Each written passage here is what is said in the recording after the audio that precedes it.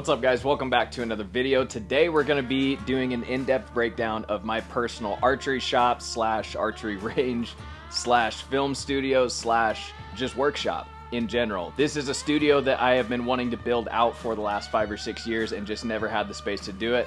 Thankfully, now my wife and I own our own home here in Iowa, and this is actually a portion of the basement. So back behind that wall there is actually a finished portion to the basement. This was a storage area.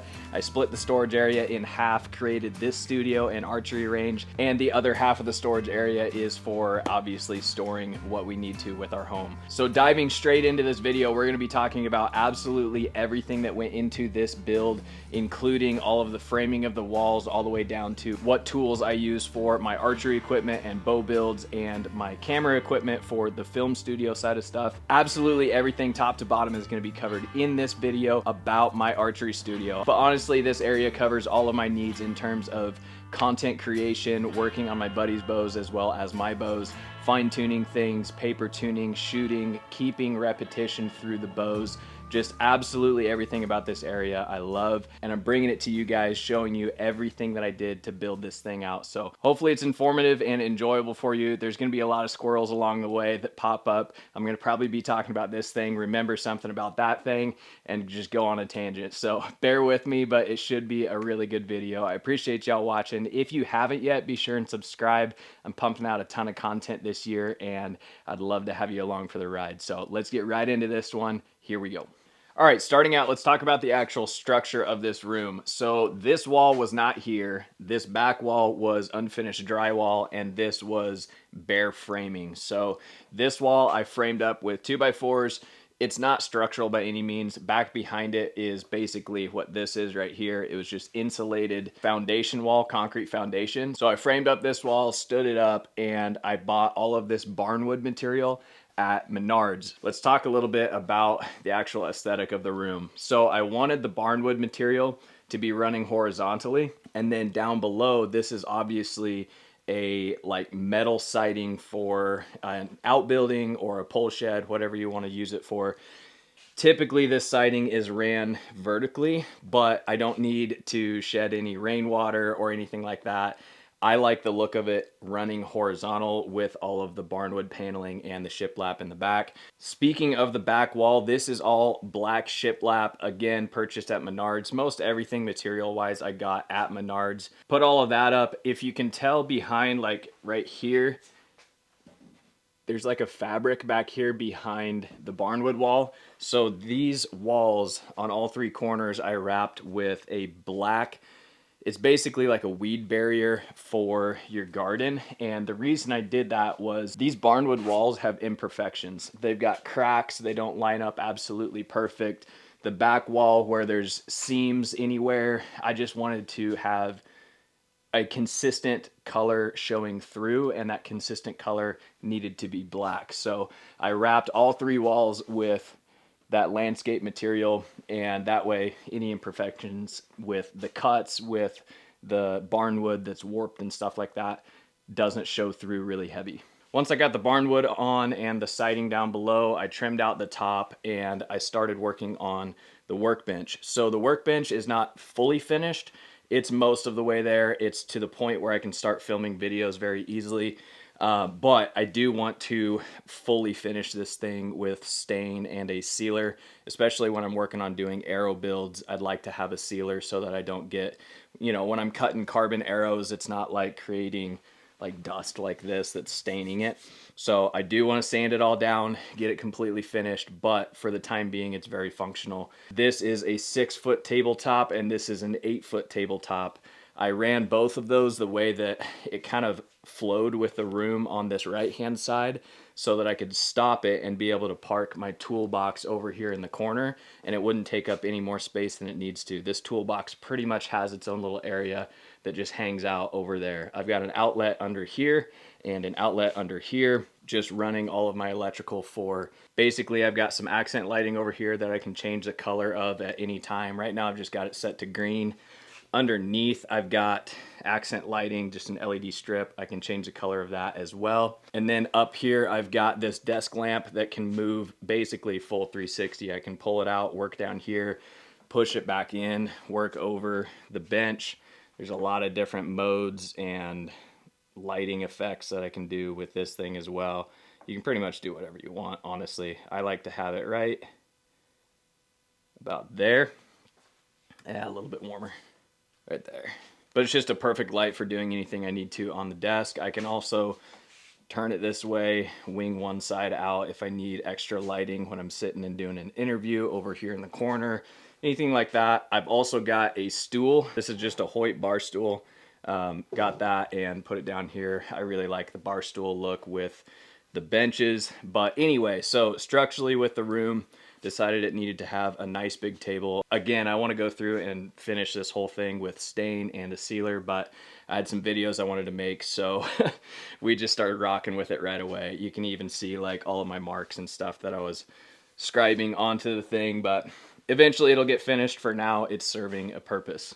Moving on to the ceiling, obviously the ceiling has this hexagon lighting. I got all of this hexagon lighting on Amazon. This is basically just garage lighting or gym lighting. So a lot of people use it for gyms. I've seen that quite a bit, but I think it's a perfect light for this area. It fills out the room very, very well, and it just looks cool on video. Up above, I didn't want to run drywall and completely finish it because, again, this is an unfinished basement. If I do want to change something, this can kind of all be taken out fairly easily. So I didn't want to actually hang drywall if we wanted to do something different with this space, or just leave it as an unfinished space if we ever were to sell the home. So I ran that same black weed barrier, again, just a garden weed barrier, on the floor joists, and then went ahead and hung the LED lighting. As you can see here in the middle, I've got an LED panel light for the main room lighting, and when I flip those on, I'll be able to show you kind of how those work. Those are directional as well. I can kind of point them whichever way I want. Got a Hoyt sign, little accent light right here. And yeah, I think that's pretty much it for the lighting in this room, but just a great space, great area to work on my bows with all of the light that I need. Coming over to this wall, I've got a couple of baskets hung up. These are just secured with Phillips screws, and they are basically serving a purpose for getting some stuff off of the countertop that I don't want on the countertop, but that I also want to be either shown in the videos or just some accessories to look good in the baskets. I might switch those up throughout, you know, a couple of weeks or whatever, but for now, this is kind of what I have in the baskets. But yeah, just great little baskets to serve a purpose. Again, just getting stuff off the counter. Over here, I've got my fletching stuff. So this is my entire fletching box. This thing's like an old tackle box, but it's got all the fletching tools that I need in there. This is my fletching jig. I use this as my arrow saw. This is just like a diamond blade saw that I bought from Harbor Freight. Works great as an arrow saw, as long as you're pretty accurate with the way that you're holding the arrow when you cut it. A scale to weigh my arrows. We just got some random veins. I was just building out some arrows over there. And then all of my LRP system collars and points and all that good stuff for the Swacker LRP setup that I run for the fall. We've got a charger over here just to keep after batteries for this camera that I'm filming on right now. And some microphones over here. This is my Montana bear skull. So I got a black bear in Montana. This is it. Pretty sweet little, I don't know, centerpiece there on the table. Over here, we've got my South Texas whitetail that I got with Levi Morgan. That was a hunt down in South Texas at Cactus Jack. Such a fun hunt, great people. He had dark chocolate horns, and I thought he just fit this area so well with like the dark accents of the wall and the black, and he's got a dark cape. He's just sweet deer. He fits in that corner perfectly. Thought he was a great addition to this area. Got some shed antlers that I've just picked up over the years. Some of my favorites, or deer that are unique to me, specific to Nebraska. Those are all Nebraska sheds. Over here, I've got both of my current bows. This is the Hoyt Alpha AX2 32. This is the Hoyt RX9. This one is an 84-pound bow. This one is a 70-pound bow. Both of them 27-inch draw. Both of them running an HHA Nitrix Pro sight. This is a 3-pin sight. This is a single pin sight for my 3D archery stuff. Both bows are set up kind of specifically right now. This was a hunting bow that I used all of last season during the deer season, and this is a 3D bow that I've been using for total archery challenges and just local 3Ds. Straight up wicked bows. They're so accurate, so fun. Absolutely love these bows. These are the arrows I'm shooting out of the AX2. These are the arrows that I was hunting turkey with. Just kind of cool little accent wall back there with the shiplap. They just look good laying up against it, so they're up there on the table. I do come down here and shoot these bows often down here in my archery range, which I will show you and explain a little bit better here later on in the video. Over here, we have got my first buck ever and my first turkey ever, both Nebraska. That buck I got basically standing in a 2x10 in the crotch of a massive cottonwood tree. Shot him on his rub line. Just a super, super fun hunt. Very, very memorable hunt. This turkey I spot and stalked in the field and shot it at like 35 yards with my bow. Both super memorable. Obviously, both my first, this was not my first deer, but it was my first buck and then my first turkey. So they get to stay up there on the table center stage. Let's see, up here, this is a Nebraska deer I got a couple of years ago. Just a sweet buck. He's got a big old dagger point right here. Just a really cool one. I thought he looked awesome as a Euro, so we went ahead and did him as a Euro. This is one of the biggest deadheads I've ever found. This was a Nebraska deer. Absolute beast, like total beast. I knew this deer. I hunted this deer for 2 years. I found him dead in the shed season after all was said and done. I don't know what happened to him, but yeah, that was one of my biggest Nebraska deadheads ever and biggest deadhead in general. This was my high country mule deer with the Hush Boys. I'm actually going to do this hunt again. I drew the same tag. I'm headed back up to Utah high country. August 16th, I believe, is the opener, so I'll be back out there. But just a sweet deer, fun hunt. Decided to do him as a Euro as well with the velvet. I thought he looked really, really cool. This is not by any means all of my mounts. I have a ton more mounts in the other room that is my office or my editing studio. That will be a whole nother video in its own. We'll kind of do a tour of that later on, but ton more mounts over there. I have some mounts that the taxidermist is still getting finished. But yeah, this is just kind of how I wanted to have this room set up with these mounts. I thought they looked pretty good. Moving on with the mounts, this is an Oklahoma buck that I got with my buddy Ryan. Just a sweet deer, super wide, framey deer. Such a fun hunt. This thing Ryan had known about for several years, but he kind of disappeared. Didn't know where he went, and then randomly when I was hunting out there, we were actually hunting another deer that was a super wide 8-point.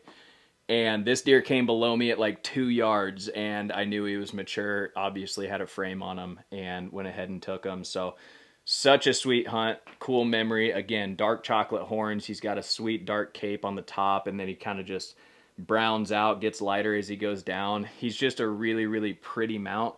And again, with that mount and this mount, I felt like it really fit the aesthetic of this room with all the barnwood. These are the two darkest horned mounts that I have, and they both fit this vibe very well. Next to the Oklahoma buck, this is a whitetail pelt. This is a doe pelt that I got hunting with my buddy Nathan Crick in Nebraska. Just a super, super fun hunt in the snow. Late season doe. Just had a lot of fur on her. I just thought it was a really cool pelt. So went ahead and tanned her out. This is another just aesthetic that I thought went with the room really well. This is actually a shed from Arizona. And believe it or not, I think we were trying to decide if this was a mule deer shed because there's only mule deer and coos deer in that unit in Arizona. And I think this is a mega coos shed. Look at how tiny the pedicle is. Like look at the nail of my thumb. And look at that pedicle. It's just a super, super tiny pedicle. And he holds a whitetail genetic in terms of his actual frame. So, I don't know. Could be a mule deer, but I feel like it's a coos shed. It's really, really hard to tell. The other thing that might be mule deer genetic is that short brow, but I've seen a lot of coos deer with short brows. So, who knows? Anyway, pick that shed up in Arizona. Super cool. Over here and over here, we've got sound dampening panels. Whether they actually do anything or not is to be debated, but I felt like they looked really good on this wall with the mounts. Kind of fits that dark aesthetic with the back wall being black and then tying it in with these sound panel walls. I just like it. I don't know if it's going to do anything for audio, but I like it. Down here underneath the bench, I've got my drawboard. This is a drawboard that I made with a boat winch, a yardstick, Measured everything out. Everything is accurate. I also put on this handle right here, so the grip of the bow goes here. I hook up the bow with this attachment here with the D-loop and pull it back. It actually is very accurate, works very well, and I love it for tuning my cam synchronization. But this thing lives under here. I basically just prop it up like that, and it just stays there out of my way when I don't need it. Over there I've got a power strip plugged in with some of my LED lighting, as well as the light for my tabletop. A little bit more on the workbench itself.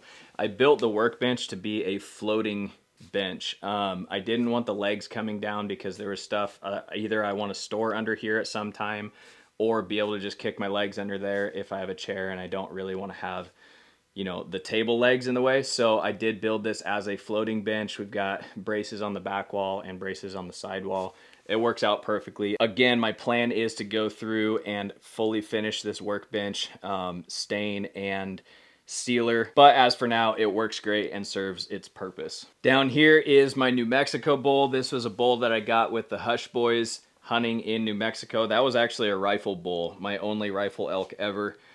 Super fun hunt, sweet bull, crazy mass on this thing. Like, hard to do it any justice on video, but just a sweet bull. I utilize this bull obviously for the look it gives to the room, but also it holds my trad bow.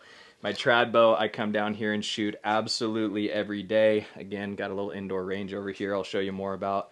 But it just sits right here. I can come down, grab my trad bow, throw some arrows through it, put it back. Over here in the corner, we've got my bow vise. This is actually a mountain bike vise, but I use it as a bow vise. I've kind of rigged it how I want it. It's got full 360 capability. I can put my bow in here. I basically come over here, turn the handle however I need to, put my bow in here, just grab it by the grip or by the riser and lock it in, and then I can do whatever I need to working on my bow.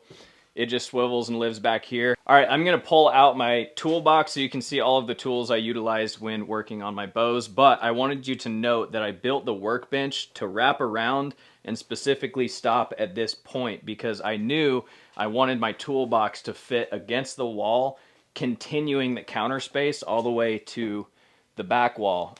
Reason I did that, I don't want my toolbox to be just sitting out here in the open when I'm not utilizing it. If I'm not doing a bow build or tweaking my bows or working on something, I want that thing tucked away in the corner and out of the way so I can utilize the rest of this space for whatever I need to, whether that be filming or working on another project.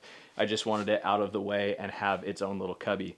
So I put it over here. Obviously, I hang my deer a little bit low in this room. The ceilings are not super, super tall. So I hung them a little bit low for, again, a couple of reasons. Film-wise, they look better when they're at this height. When I'm filming and the deer is above the camera up here and the horns are almost at the ceiling, it looks really, really weird on video to have the deer's horns cut clean off when I'm talking to the camera and you've got a mount in the background and the horns are completely cut off. Nobody wants to see that on video. They want to see the full mount and the beauty of what that deer was. So I like to hang the mounts low enough that no matter what, when I'm filming, all of the horns are showing in the video. That is why he's hung at eye level. So when I want to get this toolbox out of its cubby, I take my bow vise and swing it out so it's not going to contact the handle. I pull the first drawer open and I grab underneath and just shimmy this thing straight back and roll it out and away. So now I've got this thing out of its little cubby and I can position it really however I want to, wherever I want to. Let's see, showing you guys all of the drawers. Let's put it right in front of this lighting from the desk. All right, we're gonna do a little bit of a top-down look on all of my tools, but as you can see, I swung the lighting from the workbench over. This was in place like this, and I can work here however I need to, but if I wanna film something out in the middle of the room, I can take this light, swivel it, bring it over, position it however I want. Then I've got lighting for filming right down onto the toolbox. All right, so with the toolbox itself, on the top, you can see I've got this yardstick. This kind of just floats around the room wherever it ends up. It's a yardstick for a straight edge if I'm marking something down, or if I'm utilizing it for measuring and cutting arrows. It kind of just ends up wherever it ends up around the room. But the countertop itself on this toolbox was already fixed to the toolbox when I bought it. Again, I got this thing from Menards. It is the perfect size toolbox for archery related work. In my opinion, you can have them bigger, but they become harder to move around and be mobile with. And smaller, there's a ton of stuff I have in this thing. There's no way I could get away with a smaller toolbox anymore. I used to, I just have too much stuff now. With the Easy Green bow press, this thing is bolted down to the countertop of the toolbox with a countersunk nut that I epoxied into the actual countertop of the box.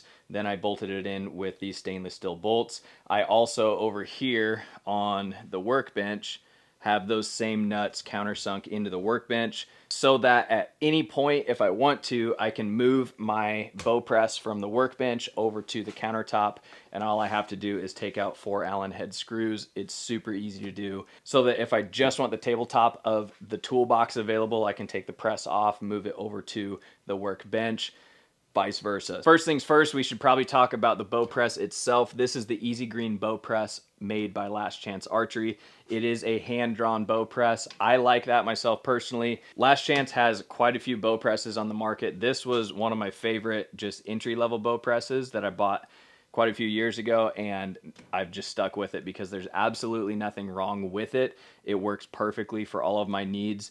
The only upgrades that I could see that someone might want is like an electronic pedal drawn bow press, but myself personally, I don't like the pedal drawn bow presses because I like to feel the accuracy of the handle when I'm pressing the limbs, especially if I'm taking limbs on and off of a bow. I want to feel absolutely everything that's going on with this bow press.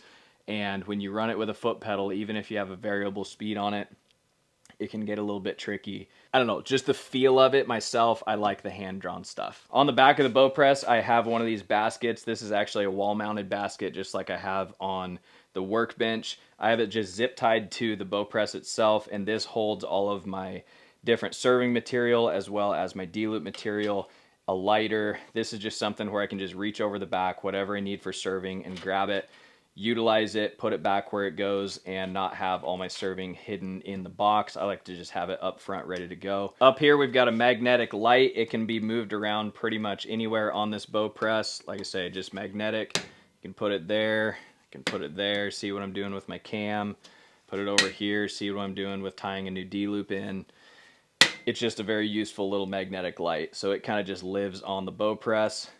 Whenever I need it, it's there. On the side of the toolbox, it's got electrical hookups, so I can just plug this into any of the outlets, and I can have outlets right here on the side of the toolbox. If I need to run anything electrical on the tabletop, I've got that option there. I don't usually use it very often, but it is nice to have. All right, so the top drawer of the toolbox, this is gonna have everything that I need to work on a bow, from Allen wrenches, star keys, razor blades, super glue, lighter, markers, pliers, squaring tool, anything and everything that I need to work on a bow, again, is going to be in this top drawer. There's a few tools missing here that are actually in my bow case that I brought to South Dakota Total Archery Challenge, but for the most part, everything's here or in that bow case.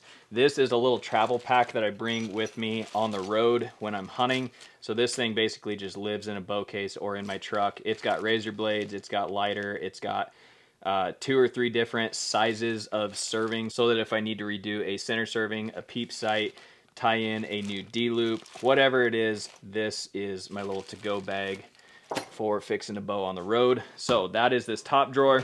The first drawer below that is going to be some sight tapes and sight wheels for my HHA Nitrix Pro sights. These are just backup wheels, extra wheels. When I am sighting in a bow, I can have 2 or 3 different arrow configurations with these wheels. So it's kind of a cool little option that the Nitrix has, as well as I've got lenses over here. I've got all my peep sight stuff, the DC Hamskea peep kit. This is a peep sight kit for my Hamskea peep that I'm running in my 3D bow, the AX2. That kind of just lives in here. And then I've also got drop away rests. These are drop away rests that I've used on bows in the past, but these are pretty much all QAD Integrate Ultra rests. These are backup rests. These aren't probably going to go on new bows, but they are a backup rest. If I have any problems or my buddies have any problems, I've got plenty of rests here to swap them out and get them back on the road. Just some random stuff, Go sticks from Hoyt, as well as the innards to a couple of quivers. We've got extra side plates, Whitetail fit side plates. Just some random stuff in this drawer. And then the drawer down below that, we've got a ton of different stabilizer stuff. So these are all back bar accessories. These are stabilizers. These are weights. These are anything and everything stabilizer is going to be in this drawer, ranging from like tournament bars back here. I've got like an 18-inch down to a, 6-inch stubby. We've got everything that I need for stabilizers in this drawer. And then moving below that, we've got some random sights that I've ran throughout the years. These are sights for either parts or helping out buddies who need a replacement sight, backup sight, anything like that. If somebody has something go wrong, I can come in this drawer and just grab a sight, get it put on their bow, and they can keep kicking for the season. This is basically not stuff I'm directly utilizing, but it is parts and pieces and backup stuff to help buddies out if they have any problems with their bows. And then down below that, we've got another drawer that's kind of random. We've got some quivers in here, a Hoyt quiver. We've got a couple tight spot quivers. I've got backup strings and cables for a couple of my older bows. I've got a pair of limbs here. These are 70, 80 pound limbs for the Hoyt Venom Pro. That's actually my wife's bow. I set her bow up with 40, 50 pound limbs, so swap those out for her. I've got broadheads for my trad bow. And then this is a box full of, it's crazy. This is a crazy box of broadheads. We've got pretty much every expandable you can think of in here. I've done a ton of testing over the years with broadheads. This is just kind of like a catch-all box for everything. Yeah, so that kind of comes with me on the road as well. I'll never be without a broadhead as long as I have this case with me. And then what's over here? Oh yeah, more broadheads. Mainly swackers. These are going to be LRP swackers. I've got some lighted nocks in here, and then a package of newer swackers. So kind of a catch-all drawer right there. Over here, we've got all of my current sights. So these are all HHA Nitrix Pros. These are sights that are going on my current bows or bows that I have coming. This is my absolute favorite sight to date. These are incredible. If you haven't checked out the Nitrix Pro, be sure and do so because they are incredible sights. I've got backup sight lights for them. So those are just lights to screw into the top of the sight. If you're in a state that is legal to hunt with, I use those. And then the drawer down below that, some random fletching stuff for my trad bow. I've got basically new trad fletching here. I've got a bunch of brass inserts for some of the Easton arrows that I was shooting last year. Just a bunch of random stuff in here. Again, mainly arrow related. Down here, I've got a DeWalt. This is kind of a cool kit, actually. It is a DeWalt Allen wrench kit. I've got the stubbies and the longer tools that can go in the head of this or the end of this. It's a ratcheting tool. So moving on to the drawer below that, again, kind of a catch-all drawer. We've got some paper. We've got some random pouches to store things in. I've got a bunch of receipts from the actual build of this room. I've got some old tags, deer tags throughout the years. Just kind of a catch-all drawer down here. So anyway, altogether, that is my archery box. The main drawers I'm going to be using is this top drawer, this drawer with my new sights, the drawer with my stabilizers, and the drawer with all my sight accessories, peep accessories, all that type of stuff. Those are going to be the main drawers that get used. Most all the rest of it are pretty much catch-alls. All right, I think we've pretty much gone over everything in this section for the most part. There's probably some stuff I missed. In fact, I know there's some stuff I missed, but I think we covered the majority of the big stuff. Anyway, we're going to go ahead and turn on the main lights, and I will show you the archery range as well as my tree stand and saddle setup. Yes, I have a tree stand and saddle setup in my basement so I can shoot and practice whenever I need to. All right, so as I touched on earlier, I've got the overhead panel lighting for the main lights. This works pretty dang well for giving me all the light that I need whenever I'm working on stuff, but if I'm just strictly filming, I'm probably going to just have like my accent lights on, some of the key lighting. As you can see back here, I've got a big softbox light. Before I turned on the overhead lighting, this whole video has been shot with just the hexagon lighting and the softbox lighting, along with the accent lights, the green accent lights, and the table light. So anyway, let me pop you off here and let's go over the camera equipment. This tripod here just lives in the studio, as well as this tripod over here. I've always got two tripods so that I can run different camera angles. I have a soft light here, another soft light. In this case, I've got a whiteboard down here to kind of go through all of my notes when I'm filming a video. So this pull down screen comes all the way down and out. I can run it all the way down to the floor. I can shoot product content, photos, video, whatever it might be. I can also use it for shooting thumbnails. Also, it's a dual purpose screen. So on the back side, it's black. On the front side, it is white. It just rolls back up into place whenever I'm not needing it. And then I can use a tree stand here, hop up on it, and tuck this back up here. And then up here, I've got some fishing line and a carabiner. That can unravel and fold down to here. And I can hang products like my bow if I want to take a picture of my bow or a tree stand or anything like that up against a white backdrop. I just run that fishing line down, hang it in front of that screen, and take pictures. But I'm going to show you how I utilize this whole tree stand setup with the archery range. Again, down here in the archery range, I keep my current bows out of the case so that I can come down here, just grab them and shoot them, along with my trad bow. This archery range, I can reach 10 yards. I also utilize the tree stand and my saddle setup to practice shooting out of the tree stand and saddle. Again, super close range, but it works well for just getting through the movements. My targets, I just have these cinch straps hooked up to a screw in the floor joist there, and I can adjust the height of the target by just pulling on this strap, and it can pretty much be at whatever height I want it to be at. This is the Big Shots target. This is the Iron Man. This is a great target for field points. This is the Morel target, the Boa 24. Okay target. I wouldn't recommend it for shooting an outsert. They're very, very hard to pull an outsert out of, but if you have an arrow that like doesn't have any lip on the outsert, if it's like a hit insert, that target works really, really well. Otherwise, I just use the Iron Man, shoot at that thing. These are all bundled arrows that I've shot over the years. All my Kafaru packs. I also have another box of Kafaru packs. This is all just pretty much random hunting stuff, whether it be clothes, like I've got a box of old hunting DVDs down here. I like to keep a couple of boxes, bow boxes, in order to ship a bow if I ever need to.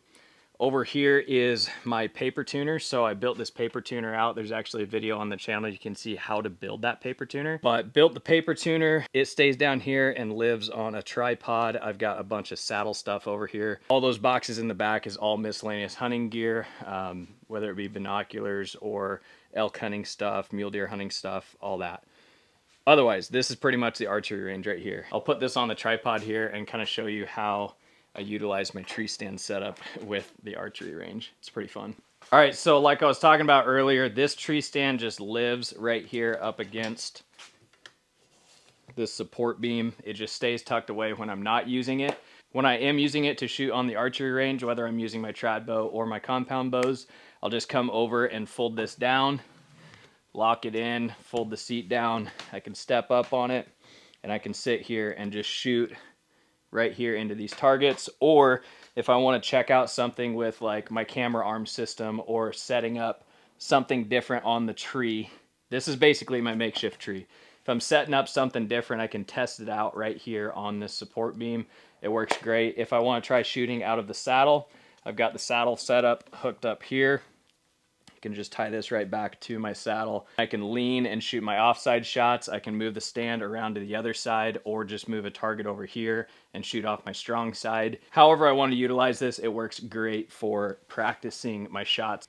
Bring the stand down, grab my bow, whatever I'm shooting, whether it be the compound or the trad bow. I'll come in here, hop up on the stand.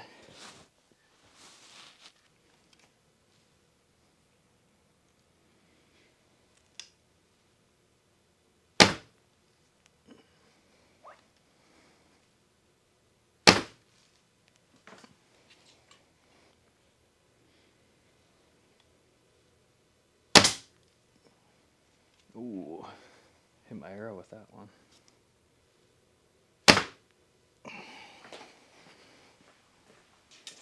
Now I'll do it with the compound.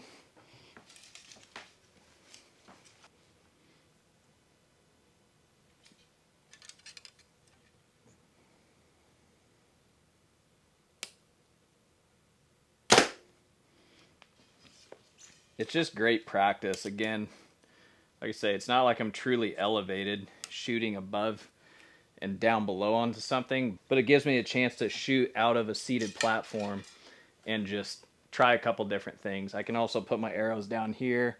I can fully stand and shoot my bow out of this thing. No problem. So practice my seated shots, practice my standing shots. I can practice with a camera arm all throughout the summer, winter. Ooh.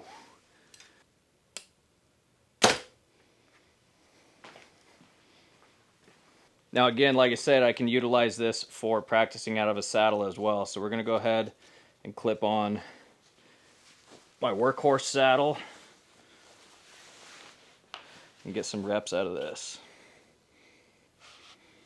So now I'm tied in with my saddle and I can get some reps out of the saddle. I like to keep it in this position. I can also throw a saddle platform on the back side of this thing so I can practice off my strong side.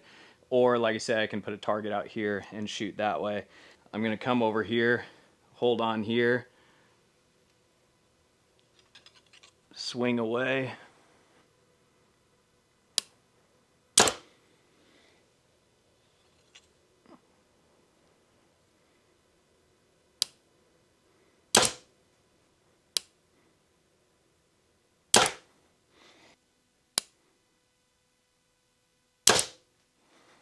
All in all, it's just a sweet setup to practice shots from an elevated platform. And a lot of fun. If you got nothing else going on in the evenings, you want something fun to do, this is the setup to do that.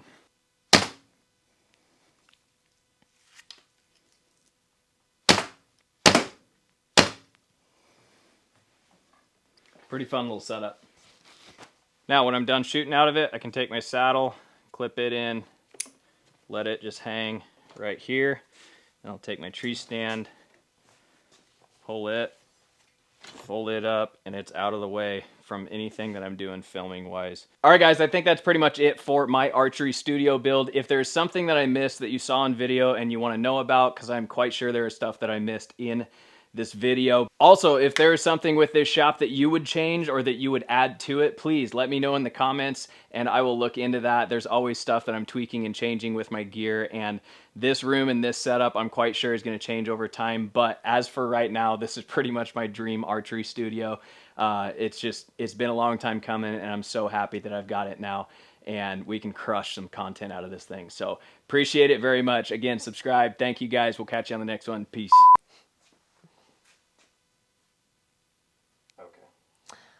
Hey guys, so Joel needed a break, so I'm going to fill in and I am going to do my absolute best. Fun fact, I thought that these were man-made for my entire life until I started dating Joel. I didn't know that deer shed antlers, and like every time he said that, he was like, oh, hunting for sheds, and I was like, oh, like, what is a shed? Like a shed, like a pole shed? Like, I was so confused. And then he went to show me a video of a deer like shaking its head and these fell off and I was too stunned to speak. And so anyways, that's what these are. So if you didn't know that, they fall off yearly, which, what? Like, I don't even understand that. So same thing, same idea. Backpack, water beef stick, hike, find these, okay? That's that. So this is a bow. We shoot Hoyts in this family. Fun fact, this moves. Fun fact, my bow recently got ran over by a car, not once but twice. And we're not going to name names, but it wasn't one of us. And it shoots fine, so nothing was wrong with it. And so if that's not a testament to Hoyt bows, I don't know what is. This deer was shot in Kansas. Oklahoma. Same state. There's honestly no difference. Well, this was Kansas? No, Oklahoma. Oklahoma. Okay, so wait, I almost pretended I was Joel there and I was going to say my buddy Ryan. I guess Ryan's my buddy too. Our friends, Maddie and Ryan, live in Oklahoma, so I'm assuming this is where Joel got him. Right? Oklahoma, yeah. Okay. that was with Ryan. Their eyes are really weird. This is a pelt of a fox. Is that your honest answer? Yeah, what is it? It's a whitetail. Oh, My next guess was raccoon. Raccoon! Yeah! That's not big enough for a deer? Are you for real? That's like, doesn't even cover my back. It's just a doe, and it was a small doe. It was like a smaller pelt. Let's move on. This is, a longbow. A string bow? A longbow. A straight bow. A recurve bow. Oh no, you call this a trad bow. That's what he calls it for traditional. Yes, this is a traditional bow. I could remember that because it says it right here. Joel was shooting this the other day, and I tried to shoot it, and would you believe it? I let go, and the arrow went like this, and it hit. It literally hit. If this were the target, it did this, and it fell to the ground, and we laughed very hard. Okay, ready? Ow!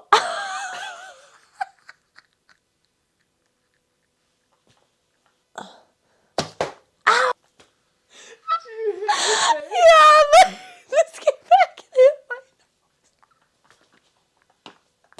When I hit the target, look, it's like a sad arrow. Oh my gosh.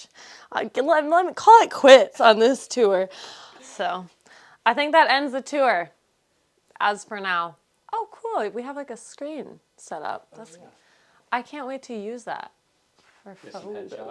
Yeah, for a photo shoot. But that's all. Thanks for watching. The end.